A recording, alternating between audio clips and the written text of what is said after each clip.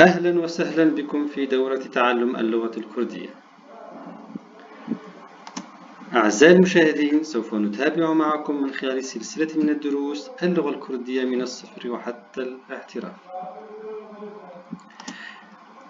نبدأ أولا بالأبجدية الكردية والتي تتكون من 31 حرفا: أ، ب، ج، ش، د، أ، إ، ف، ج، ه، إ، إي، ج، ك، ل، م، ن، أو، پ، ق، ر، س، ش، ت، أ، أو، ذ، و، خ، ي، ز.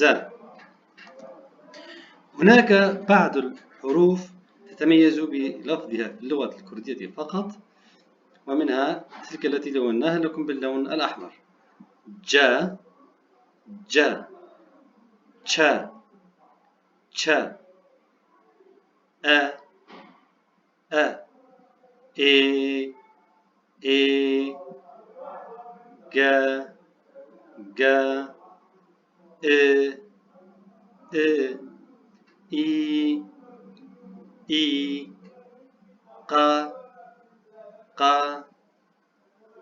ش، ش، أ، أ، أو، أو، و، و، خ، خ، ي، ي.